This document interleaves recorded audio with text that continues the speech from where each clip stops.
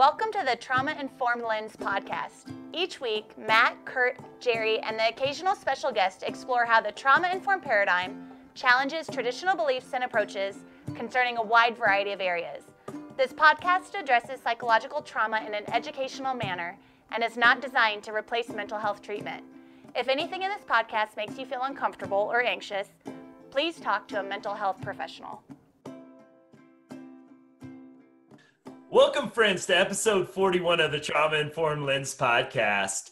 Today, we're going to take on an interesting topic of sensitization and tolerance. I just want to throw it out there that this was, we're going to kind of build off one of Bruce Perry's online videos, 7-slide videos, really great on YouTube, and we'll put a link to that on the show notes at traumainformedlens.org. But he does a great job of really summing this up very quickly, and we'll introduce the topic for those that may not have a chance to jump over to his video and explore it, specifically how tolerance and sensitization go with trauma, high stress events, and it's a fascinating topic that I'm really excited to explore with my friends Curt and Jerry. So welcome both, and as usual, as we do for the first 40 episodes, I just nerd out that the fact is somebody could literally spend their whole business week now listening to 40 plus hours of the Trauma Informed Lens podcast. So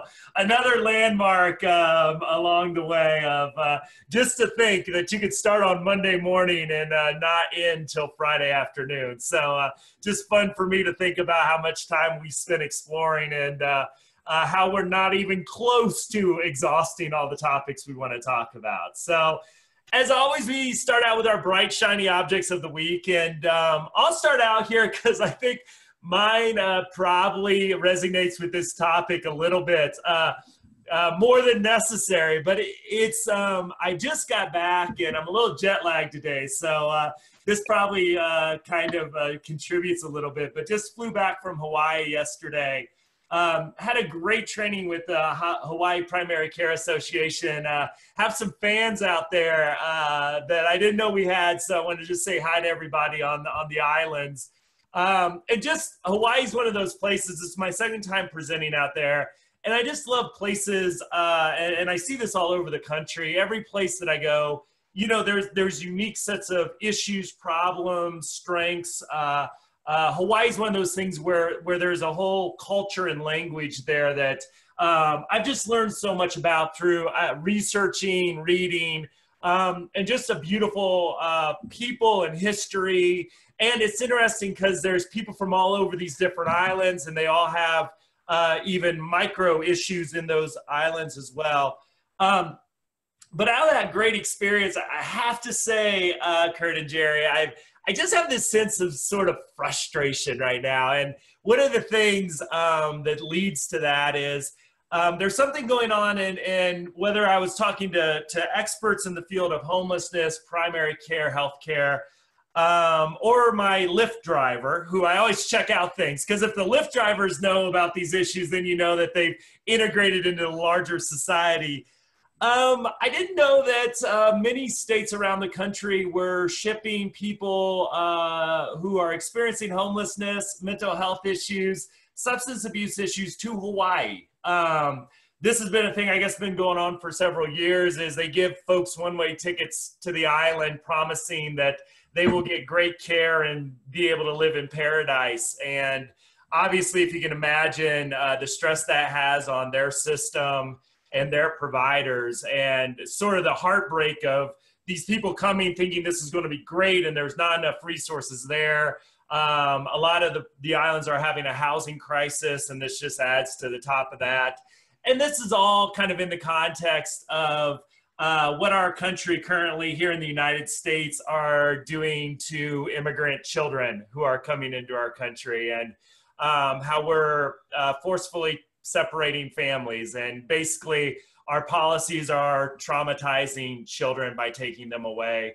You know, I don't know if an 18-year-old being taken away from the parent, that's got to be traumatizing, much less a 18-month-year-old. And so it's just kind of while you won't usually find a more hopeful, optimistic guy than you will with me, just some frustration, because I just worry about a society who treats the most vulnerable in the way I've been exposed to this last week, in the way that we do. What are we doing? And so luckily there's been enough of an outrage, at least on the immigrant issue, that I guess policy has changed, though now we're left with a mess where I don't think we did a good job of tracking where the parents and where the children went. And so we've got a whole nother mess.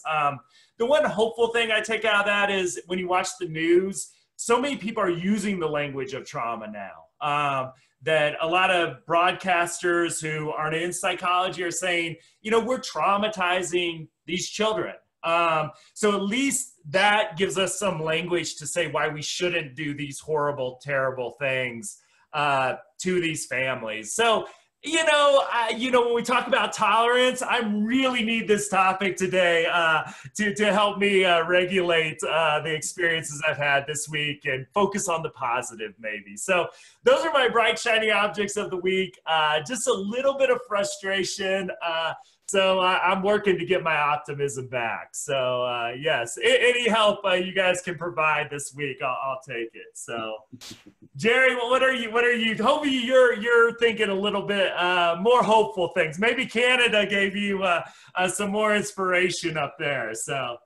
Well, that was the most depressing, bright, shiny object. I know. I tried, but very bright, and it wasn't very. Oh my God! Right? Giving people Hawaii. I just thought it was so crazy. Holding on to my bright, shiny object during that, because that is really frustrating and really kind of disturbing to kind of think about. So, I want to. This week I went to Canada to the NMT Symposium, and the presentations were fantastic, but more important was the connectingness with people around the world. 13 nations showed up to the conference, from Scotland, from Denmark, from Holland, from Australia, and really the work that people are doing of taking these concepts and integrating them into their individual treatment, to their approaches to societal issues, to their programming. So, to give you hope is that it's taken me 35, 40 years to get to this point. And now people are in some ways having access to knowledge that we didn't have when we started, so that the individuals who are really grasping these informations, that, the future is so bright in terms of what they could do to, in some ways, better integrate these into our culture and to the ways that we address social problems. Understanding it. So I think that, the challenge is, talk about old school, Donald Trump is old school. If you see a problem, how much force can I apply to it to, instead of really meeting it in your Aikido model of really, in some ways, trying to see competition of making both of the people better. So I think some of those old models are in their last leg. And I'm really hopeful that walking around and being with young people who are incredibly creative, that the future is bright. Awesome. So that's something, one is to give to our listeners, but really to give to you, Matt. Get you back to your normal equilibrium, that we know that we've come to love you and manage. So kudos to all the people from the NMT Symposium for not only doing the work, but inspiring me to continue to do my work. Awesome. Thank you for that. And Jerry mentioned my new evolving Aikido practice. If you go to my Matt's Mumblings blog, if you go traumainformedlens.org, you can just click over the blog.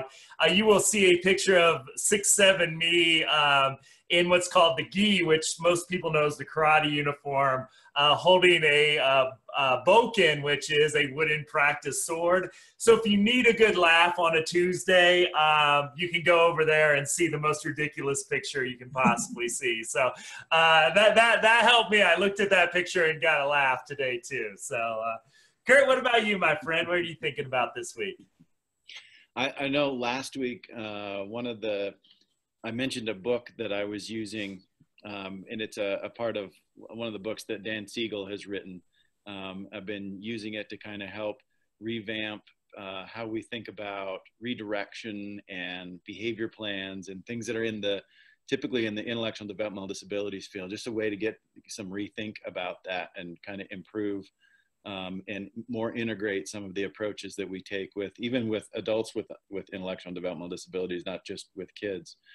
So that was one that's kind of carried over into this week, and another one that I'm a nice short read that I'm using in that effort is a book written by Karen Harvey, which I would certainly recommend people check out. It's called Trauma-Informed Behavioral Interventions, What Works and What Doesn't.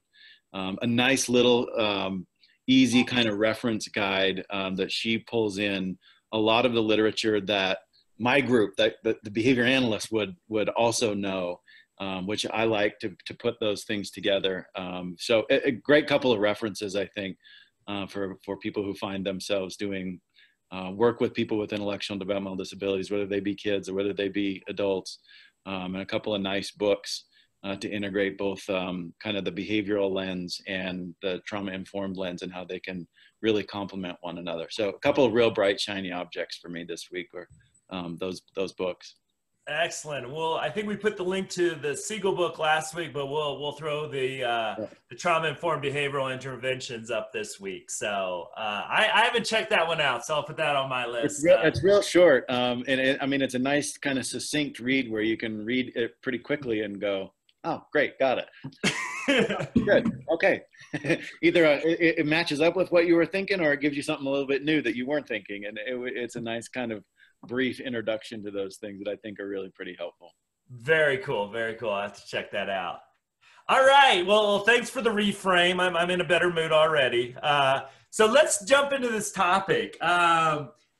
Jerry, I'm going to turn it over to you. I mean, the concept of tolerance, I've thought about that a little bit from a behavioral perspective. I know when I do training about substance abuse, we talk a lot about tolerance and how repeated use of substances create a tolerance for the substance and the results of that. But I'm really fascinated after watching the video to sort of dig deeper in this concept and how exposure to high stress or traumatic situations really change how we handle those situations over time. So I will give it to you to introduce this topic to us, and I'm excited to learn more and discuss further. Well, Jerry, before you get started, I think there's an important historical perspective to this that I think is a pretty cool one, in that when we start to talk about how sensitization and tolerance happens biologically, that's something that is relatively recent that we've kind of figured out and not really discovered, but had the technology to know how that works. Well, we saw it in just looking at how environment behavior interacted with each other.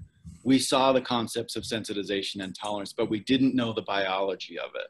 And I think that's an important kind of context to put with this topic, that it's a great way that both of these kind of paradigms can complement one another. And I think it's pretty fascinating and exciting when they do. And so, I mean, there was tons of literature in the drug literature, basically, where you saw animals that were given one dose of a drug in one context, the cues associated with the administration of that drug had helped the animal to develop a tolerance to that dose. And when we gave that dose in another context, the same dose, then had a much greater effect on that animal because there weren't any kind of compensatory biological processes that could help with that.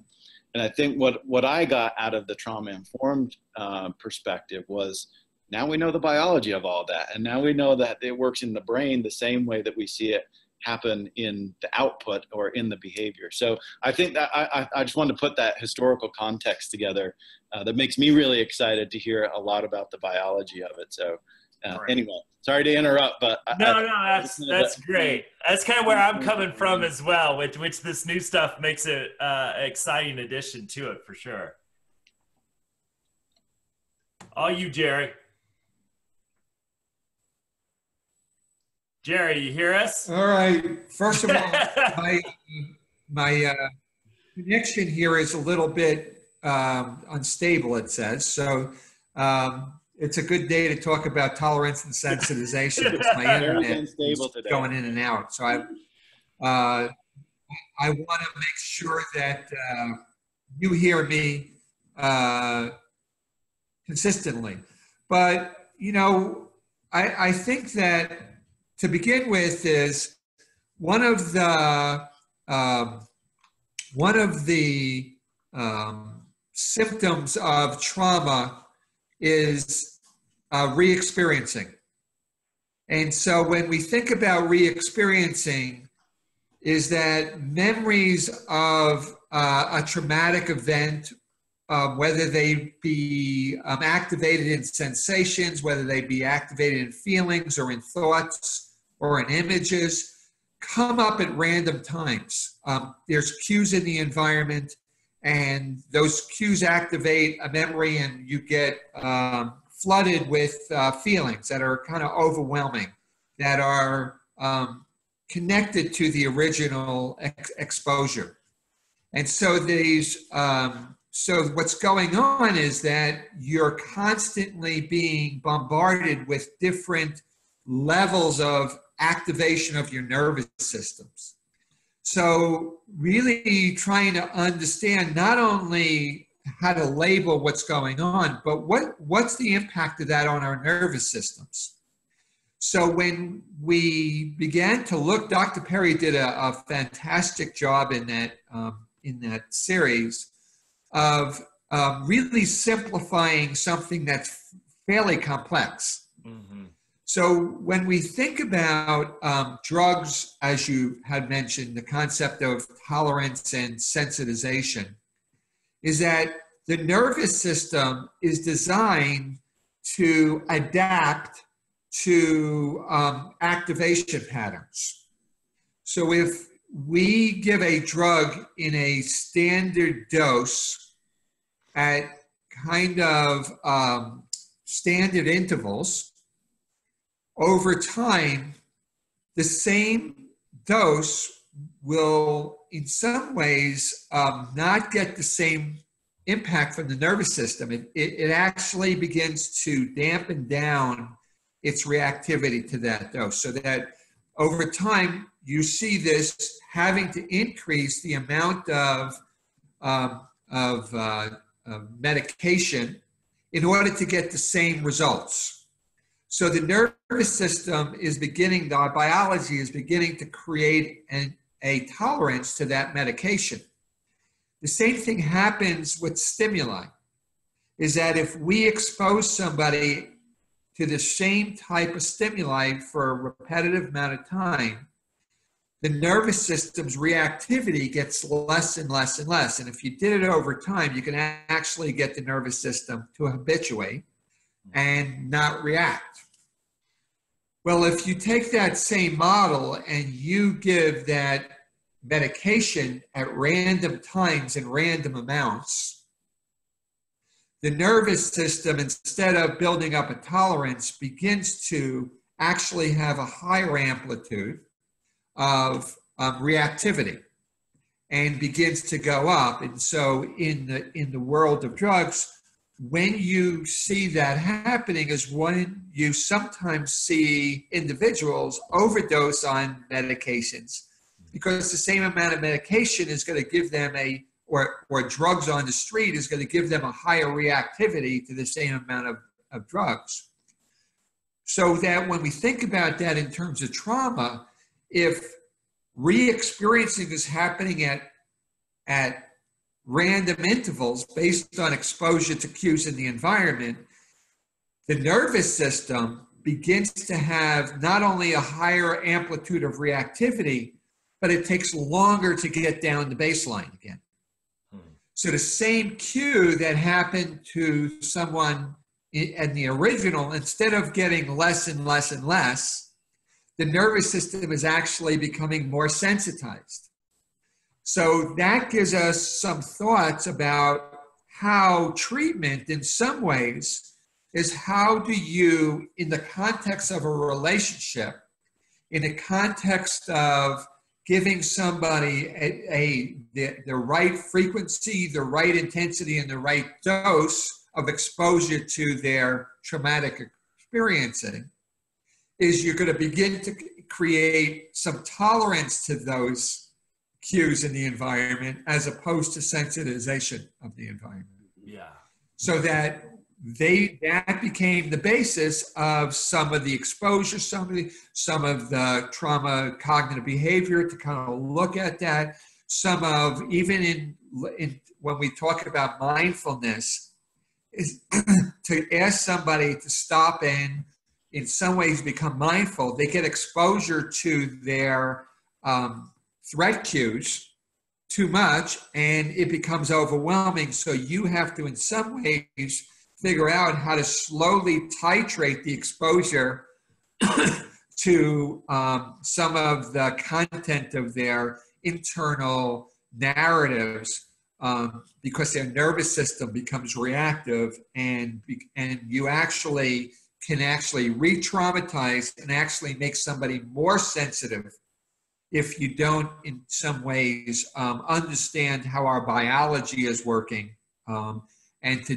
develop strategies to intervene in that to increase. So I think these concepts are really, really important. And Matt, you bring up oftentimes people who are in situations and in their lives where they're exposed to threats in a random, in their environment that are very real, and that their nervous systems have to become sensitized in a way for a survival strategy, but it also takes its toll on their biology over longer periods of time, because of the fact that I'm constantly having to access resources to cope with these random threats and cues in my environment, to kind of look at that.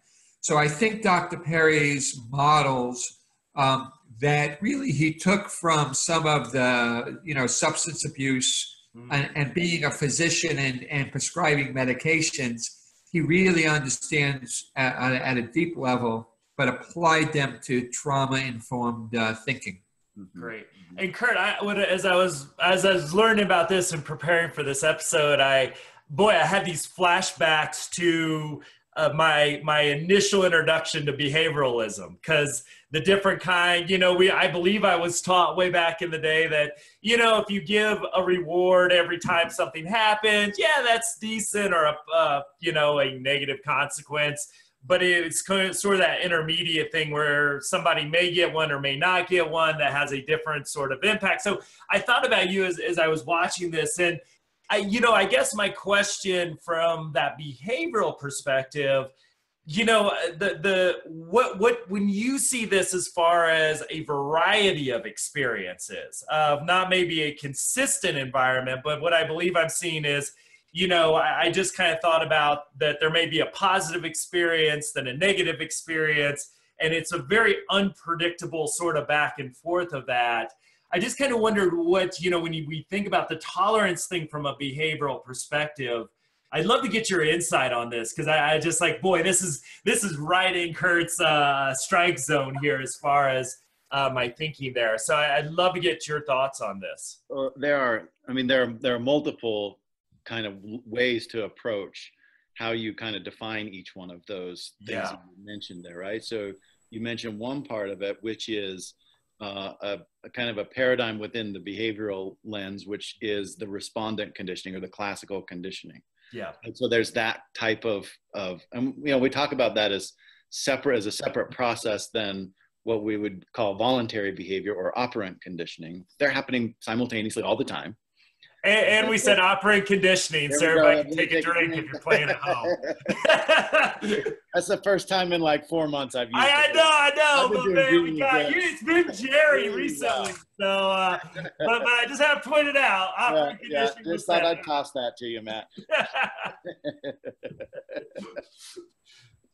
But one thing that you talked about where you have these really unpredictable environments is that in the true sense of the word learning is really difficult in those environments. Learning this concept of patterned repetitive activity, which is so relevant to the pattern of exposure to environmental events that creates either resilience or creates sensitivity. The pattern of those things is so important, as is the dose. But pattern is one of those things that is really important. So if you have, there's some pretty interesting research related to, I think, trauma too, about exposure to both aversive stimuli and positive stimuli or reinforcers. That aversive stimuli can start to function like reinforcers, which is really, it's some pretty interesting literature that is coming out. But this concept of patterned repetitive activity is so important. And there are also, this is one of the things that really was one of B.F. Skinner's real contributions to the field of psychology, when he kind of characterized what he called schedules of reinforcement. And what he found is that different patterns of positive repetitive activity had different effects on behavior. One of them, which was really interesting, was that he found that we call it, in the behavioral world, we call it the partial reinforcement effect. That behavior that is reinforced on an intermittent schedule, so it happens variably, is more stable than behavior that is reinforced every single time. Right, so now let's apply that to kind of a trauma lens, right? So if you have somebody who's going through really kind of a pattern of really aversive events that you never know when they're going to come, and the reinforcer in those types of situations is avoidance or escape from the aversive event. And what you have is intermittent, very unpredictable periods of time when avoidance and escape is possible from those events, right? Because of their very nature. Yeah. So now you get symptoms related to the avoidance of really aversive events that is very, very stable behavior. Because it's reinforced on an intermittent schedule. Avoidance and escape is the reinforcer, and that keeps symptoms happening over long, long periods of time. A related concept here is what we call the avoidance paradox. And so in the behavioral world and in the natural science world, right, we talk about the occurrence of events, and that's what we study. Right, so when you look at what we call the three-term contingency in the behavioral field, right? You have a cue or an environmental event, a behavior that happens, and then something happens after.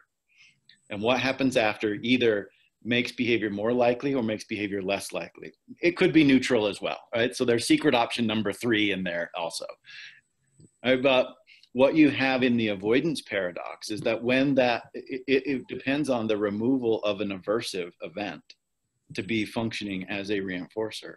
And what happens after somebody engages in behavior that gets them out of a dangerous situation or away from an aversive event is nothing. Right? There's no event there. Right? So we develop avoidance responses and get sensitized to those things. And so symptoms happen that way over and over and over again.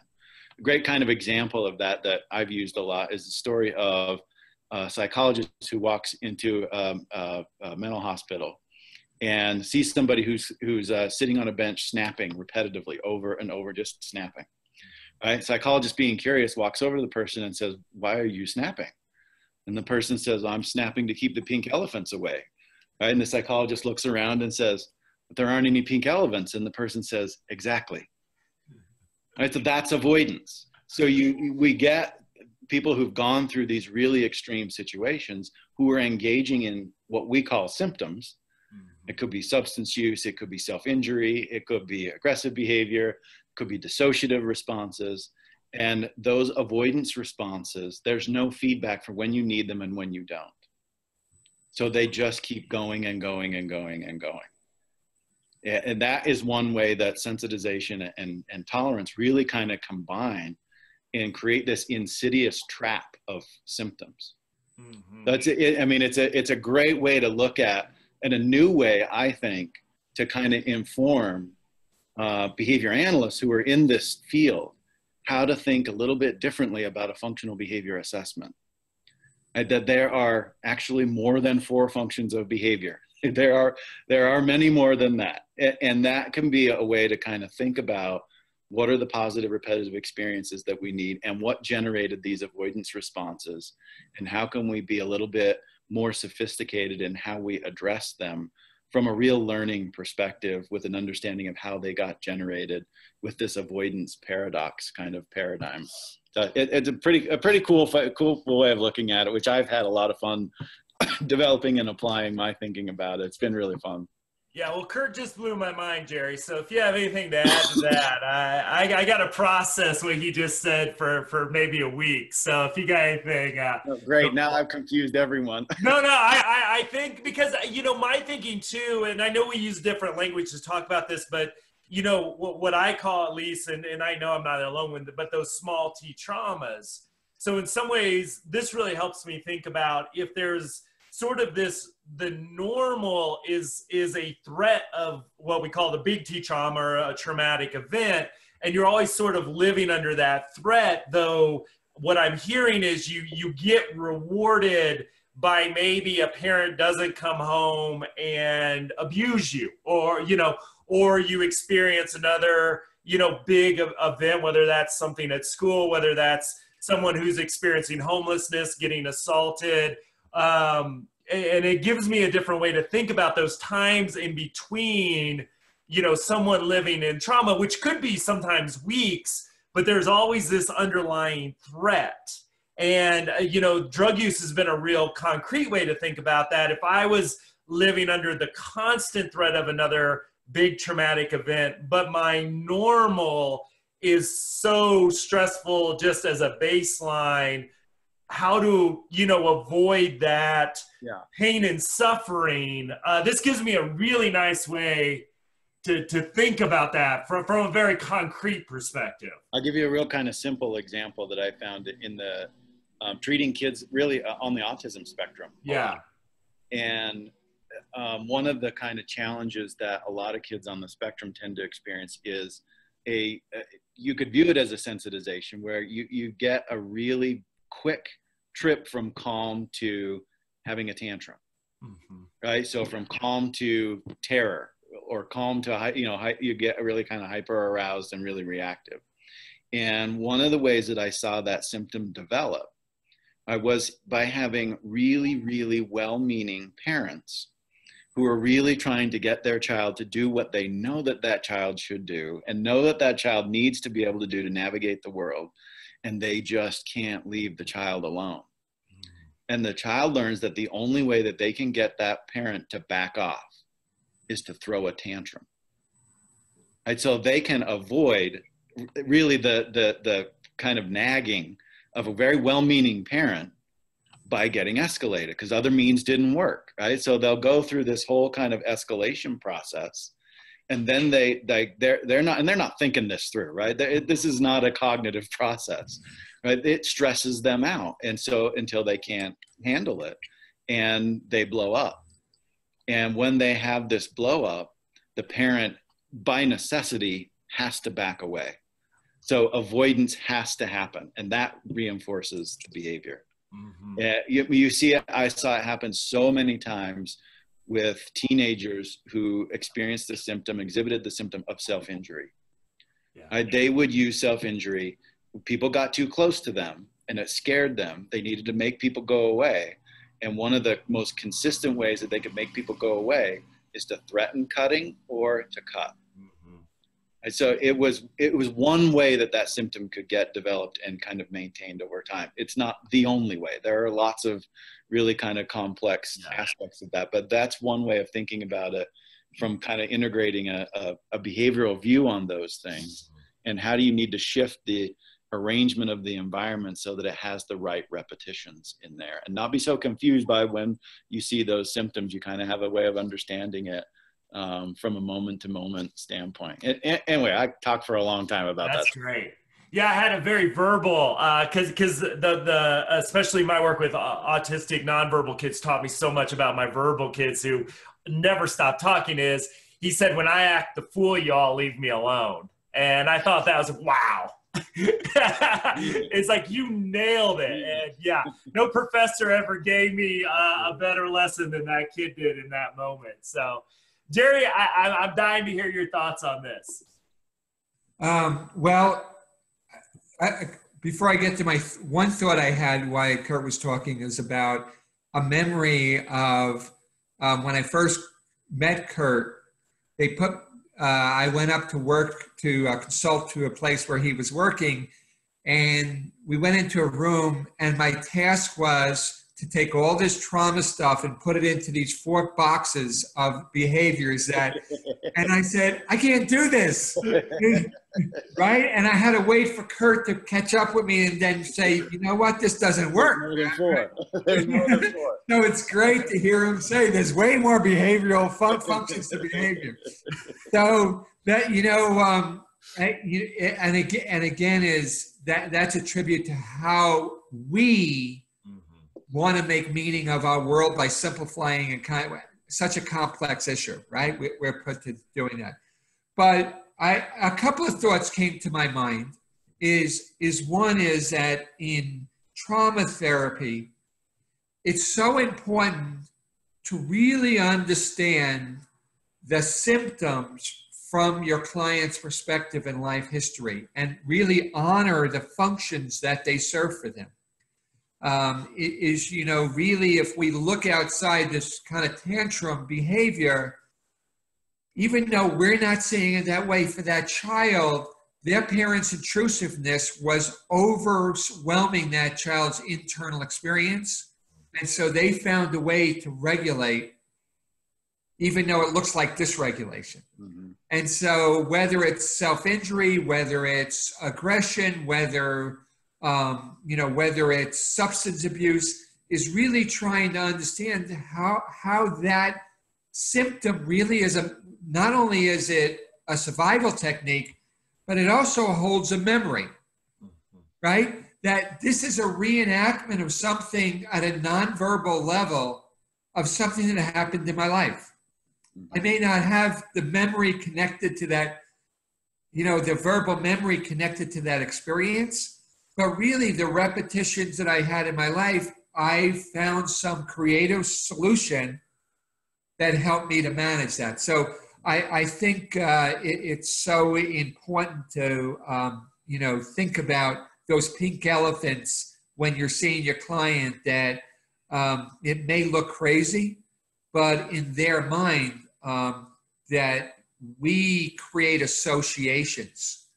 And that for this young man, there was an association between snapping and actually feeling more regulated and feeling better. And yes, it went with an image, but that really changed his internal physiology. And so this kind of snapping that in that story was a pattern, repetitive, rhythmic activity that helped them to feel better. And so that's what came to my mind. But this concept of tolerance and of if we take that out, Matt, to the images we see in the media and the images we have to kind of get exposed to over and over again, you think about, we don't make a connection between what we're seeing and what it does to our nervous system, right? And so if I'm an individual who watches these images and I have a history of being able to, in some ways, see those images and then engage in some kind of prefrontal capacity to kind of make meaning of them, to be able to put them into words and be able, so you even know it was somewhat disturbing to hear your bright, shiny object today. We're really able to take that experience and put it into words. Mm-hmm. So you're watching images, it created a feeling for you, and you're able to communicate it. And in some ways, I'm able to respond, and my response makes you feel better, right? But now take some of those people in the images we're seeing, but you also take hundreds of thousands of individuals whose nervous systems are being activated, who then don't have that capacity to, and they start to engage in these behaviors to manage this dysregulated state. Mm-hmm. So it's not just re-traumatizing those children, although it is incredibly, but it's re-traumatizing people all over the world as they watch these images. And I think that that's the piece that I think sometimes gets missed. And so, you know, I, as a clinician, during the week, see people coming into my office talking about being so dysregulated or seeing increased behaviors and not necessarily connecting it to the images they see on TV.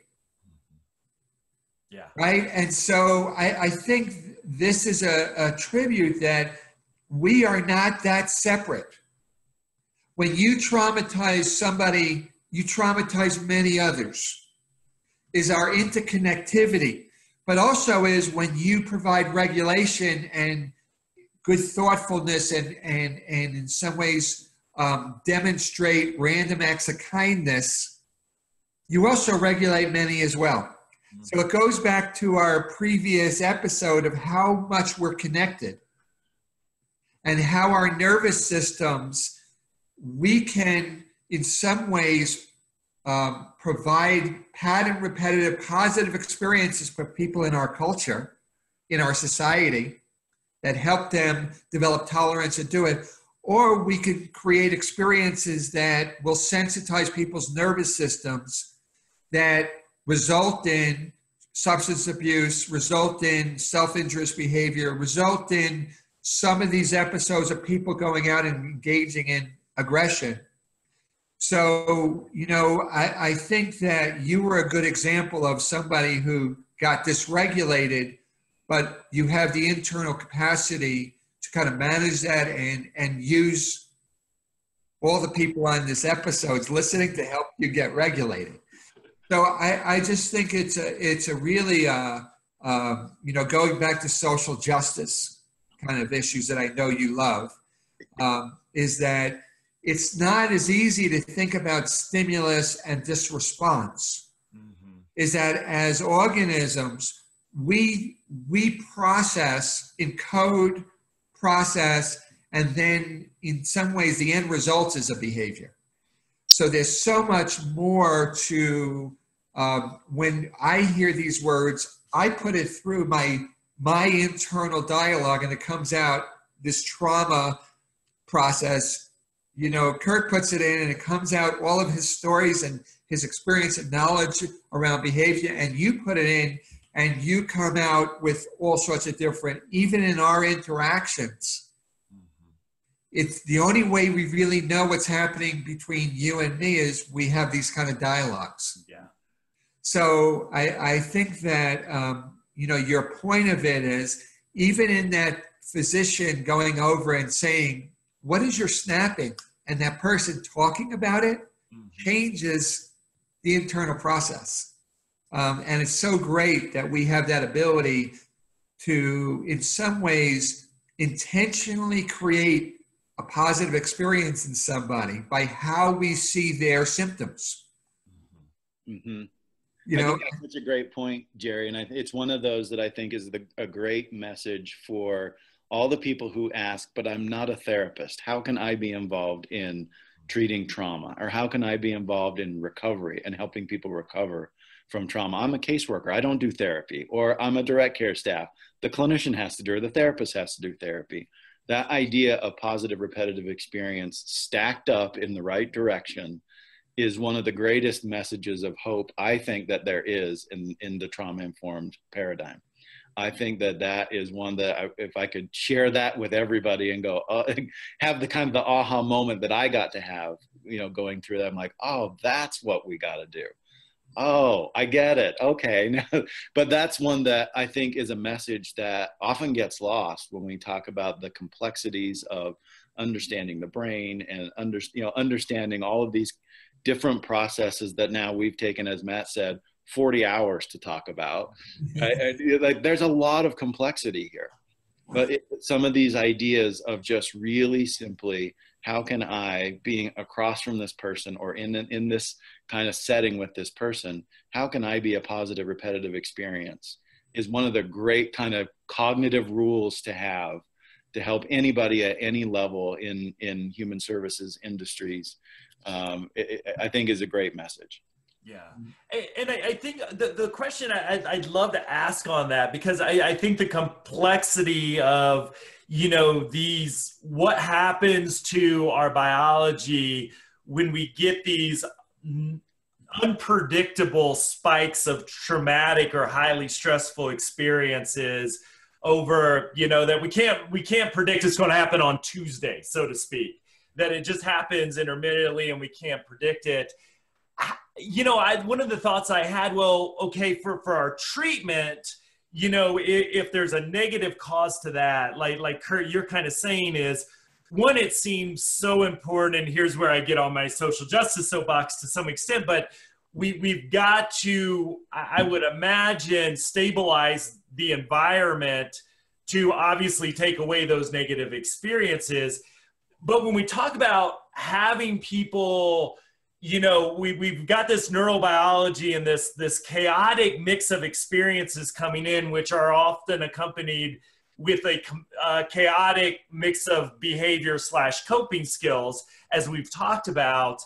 Once we stabilize the environment, which is my frustration with things like homelessness, where we expect somebody to change their behavior while living in that at least small t, big T trauma environment, you know, what sort of kind of interventions do we need to give, like peak positive experiences as well? And I wonder, Curt, kind of from that behavioralist perspective, what does the environment need to look like to really help people? Let's say they've been experiencing that trauma peak kind of thing for years. You know, obviously we need to stabilize, but I wonder if there's any other thoughts, and I'd love to hear Jerry follow up from a treatment aspect, but just about crafting an environment, whether that's a rehab environment, whether that's a housing environment, whether that's a school environment, to really help that neurobiology change over time. And I know that's a complex question, but I wonder.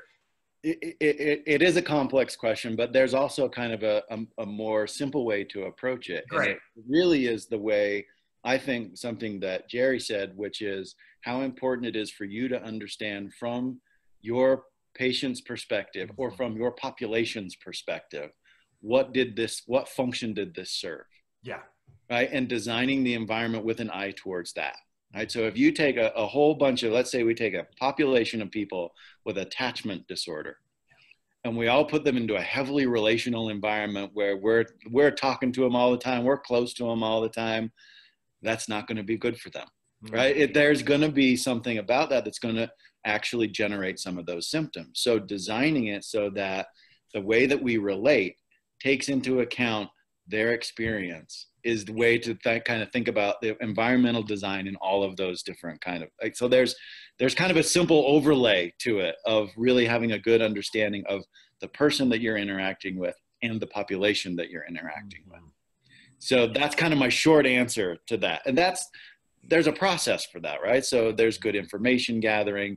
There's a systematic way of approaching how do we gain understanding of others? How do we ask questions? How do we make sure that we ask enough questions and the right questions? And so that's a process, and that's what I would call a clinical model or a service model.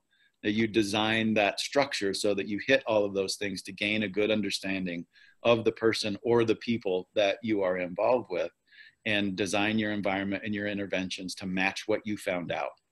Yeah, great. That makes sense? Yeah, okay. Absolutely. Now, and Jerry can say something to go, the question really is, Curt. Yeah. Jerry, I wonder from like especially a therapeutic perspective, sort of how you look at helping to kind of regulate and eventually over time heal that neurobiology. Again, assuming if we can stabilize the environment outside the therapeutic relationship to some extent. So a couple of things. First of all, great summary to a really hard question, Curt. That how do you create an environment that heals, right? It's like, that's a really good to do it. But that's a hard thing to do. I think a couple of things. One is that the research continues to, we talk about evidence-based, right? The evidence is that relational poverty is really the most destructive, costly exposure that people have. We know that children were in London that got bombed, but when they were relationally connected, they had less impact than children that were separated and didn't have someone there to help them to regulate, right? So that for us as a species, feeling isolated and disconnected is the worst exposure that we can have. But it also means that somebody has to adapt to living in that exposure, right? So to take somebody whose neurobiology has, in some ways, learned to survive disconnected, which is the worst experience, the solution is in bombarding them with relationships, as Curt said, right? Summarizing what he said. Right. So really, now we have to use the understanding that we have to first regulate before we can relate, before we can reason, right? In terms of the model. So that I have to figure out a way is, how do I have this individual be in an environment where they have access to relationships, but that they are titrating the proximity and ability to benefit from those relationships. Define titrate. I know I understand it, but maybe some of our listeners it's dosing. It's dosing, right? There we go. It's dosing. So in a way, what you have to do is think about the relationship is a regulating activity. So what I do is I go in the room and I just hang out in the room with this person while they play and they do something else and I'm not, right? It's not a relationship yet. It's a regulating activity. So then I wait and that person then turns towards me and I turn and I smile and they turn back and they do it. It's a regulating activity. That eventually that person gets used to me being in the room and they move a little closer and they start to kind of become curious towards me. And now it's still a regulating activity. And eventually they come up and they start to kind of just be near me and look at me and see my face and it's still, at one point now, they hold something up and they want to share something with me. That regulating activity just switched over to a relational activity, the same activity, right? But if I went in and I tried to make this a relational activity, it would overwhelm their nervous system. So that we really need to think, in our treatment, when we're with somebody, initially, I'm thinking about you being with me as it's a regulating activity. What do I need to do in enough frequency and enough repetitions and the right dosage of being engaged, letting you engage with me, talking about what you need to talk about, disengaging, kind of looking at, we're just regulating.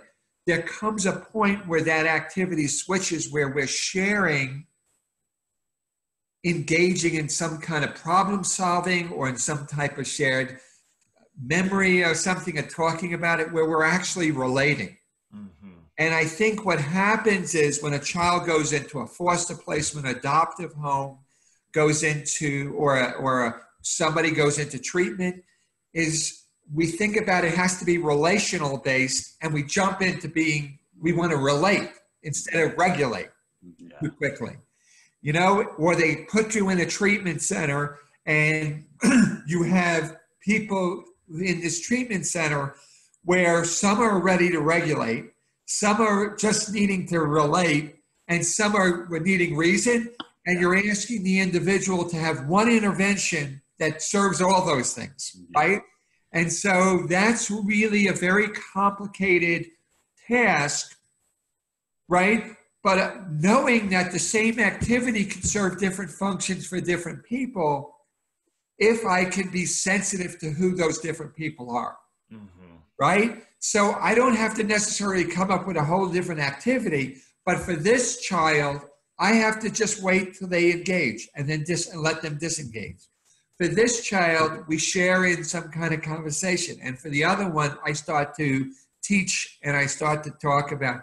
So I think these concepts of tolerance and sensitization, of understanding that symptoms serve a function, and understanding how to help facilitate development and moving from simple regulatory activities to relational activities to all these concepts that we've talked about in all of our episodes.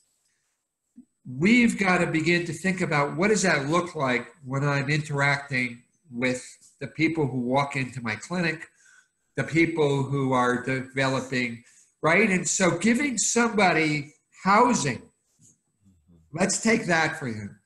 That could be a regulating activity, which means that person has to be in the house, leave the house, come back to the house, come back, right?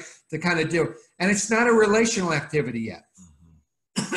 So they're not going to come in and I'm going to start to talk to them about all the ways that they can get a job now and they can now you have a house and you can do all these things that are, if I've learned to live on the street doing it, just having a place to go that's not under an overpass takes a lot of repetition. Yeah. Right? To kind of look at that. So I can't, because you went back out under the tunnel today, even though you had an apartment, I can't see that as you're rejecting my offer of help. I have to see it as a process that you have to come and go until your biology could be regulated in this environment. Right? Yeah. And if I'm sensitive to that, I can help you then use this apartment eventually as a way to connect with me when I'm sensitive to what you need to come and go around that. So we could use this in any given Curt's thing. When I understand it, I can use this to develop my programs. I can use this to train my staff of how to best interact with the people who come in and use the service. Too often we say is, if you don't come back next week 2 times in a row, you're out. Yeah. As opposed to understanding what's happening, why this person has to come in, feel something, leave for 2 weeks, come back, feel something, leave for 2 weeks. We need to begin to understand these so that, our old model is you're a client and you're going to come in and lay on my couch for 50 minutes and you're going to benefit from this experience. After 17 years of therapy, with all of our populations. Yeah. Does that make sense? Absolutely. And one of the things I think one of the practical takeaways I got from Dr. Perry's video and also this conversation is, if you kind of chart out, and he does a great job in the video, and I really encourage everybody, again, we'll put a link on that at traumainformedlens.org, is that there's this chaotic mix of behaviors. And so often the behaviors that we see when we're trying to establish a relationship with somebody are also kind of like that roller coaster ride, is that we see the peaks and the valleys, sometimes the extreme of manic behaviors and depressive behaviors and connection.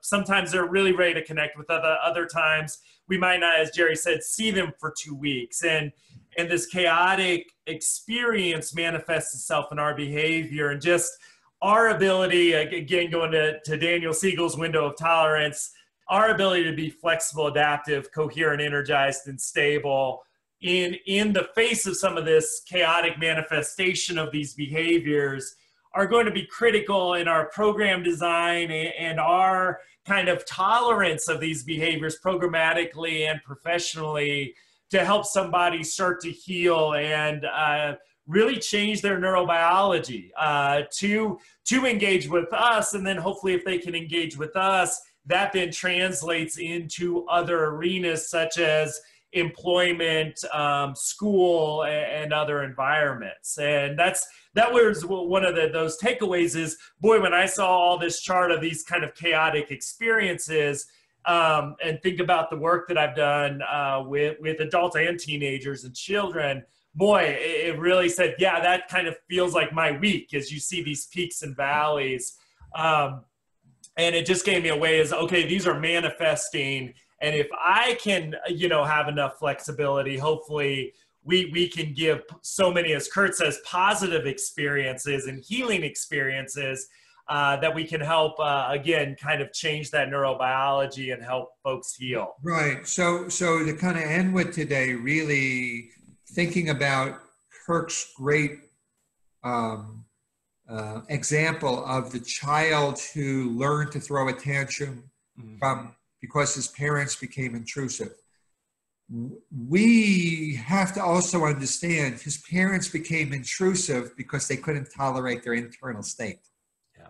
Right? And so if we're going in to do an intervention, how do we provide enough pattern repetition regulatory activities for the providers of these services so that they can hold the experience of the people that they're serving, right? We want to go in, have an intervention into the client, but really what allows a client to benefit is having a regulated caregiver who can relate and reason. Mm-hmm. Oftentimes what happens is, it happens for me sometimes, what my clients bring in, even with all my years, overwhelms me, and I move into my kind of cognitive brain. I start telling them about things, right? Or I start to, so that we, in order to heal, we have to be able to get some sense of reward from just being with them. We have to make meaning of their experience by understanding that. And we have to, in some ways, be present and help them make meaning of their experience. So that those capacities to stay engaged without either moving too close or moving too far away as a way of managing the state is what helps our client heal. The apartment really isn't it, right? That's the framework that we're using. If you're somebody who gives apartments, great. If you're somebody who works with trauma victims in an individual office, that's your framework. But really, it takes place within a social, relational, interactional process that means I see you and I know you, and I'm here when you need me. Great. I showed up for you. That's it. Absolutely.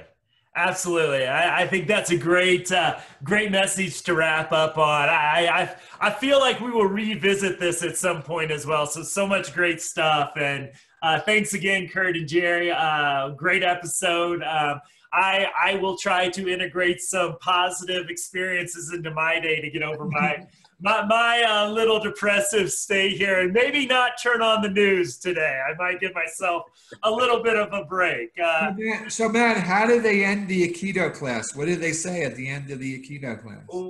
We thank our partners for teaching us lessons, and I would like to thank you both. We bow, which doesn't really translate well, and become very humble in the face of our teachers, which is our sensei, but each other as well. So, and we say words that something like Mordo the Gasho, something like that. I'm still learning the Japanese language. You guys know English is hard enough for me. much less trying to learn Japanese. So, Moro Nagasho Nanajajajajas is what I try to say as I call. So, just quit. I got Remember, it's being shaped. Absolutely. Since I'm on my knees bowing, I can kind of mumble into the mic. So, and with that, I will, in English, thank the audience as well. For our next episode, we got a great one coming up next week. We got the author of Trauma-Sensitive Mindfulness joining us, a great new book. I'm almost through it. My goal is to get through it by when we record this episode next week, but a really great book. I think an important addition to the trauma-informed, trauma-sensitive library that's being built out there on these different topics. So it should be a great episode. So thanks for joining us this week. As always, you can find show notes, discussion questions. We'll put Dr. Perry's videos up there, links to the book we mentioned, and everything else on traumainformedlens.org. And we'll see you next week for what is sure to be another great episode. So thank you, guys.